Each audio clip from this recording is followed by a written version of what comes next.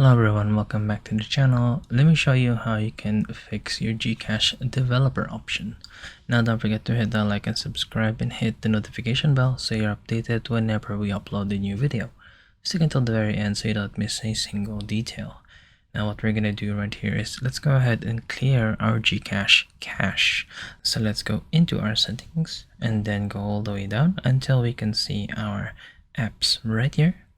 And then go ahead into this. And then what we're going to do is we're going to be clicking on the top right and search for GCash right here. Now let's go ahead and go all the way down. If it is currently running, just go ahead and click force stop on the bottom right and then click OK. And then we're going to go into our storage right here.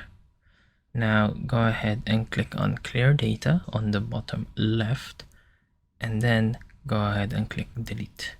This would go ahead and delete all of your data and all of your cache as well. And then one more final thing that we can go ahead and do is let's go all the way back to our settings right here. Now once that you are here back in the main settings, just scroll all the way down until you can go ahead and see developer options right here.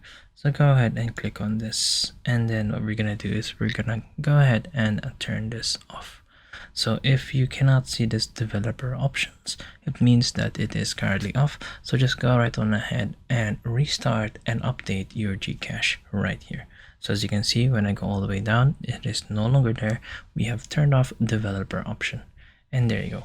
I hope that you have found this tutorial useful. See you guys next time.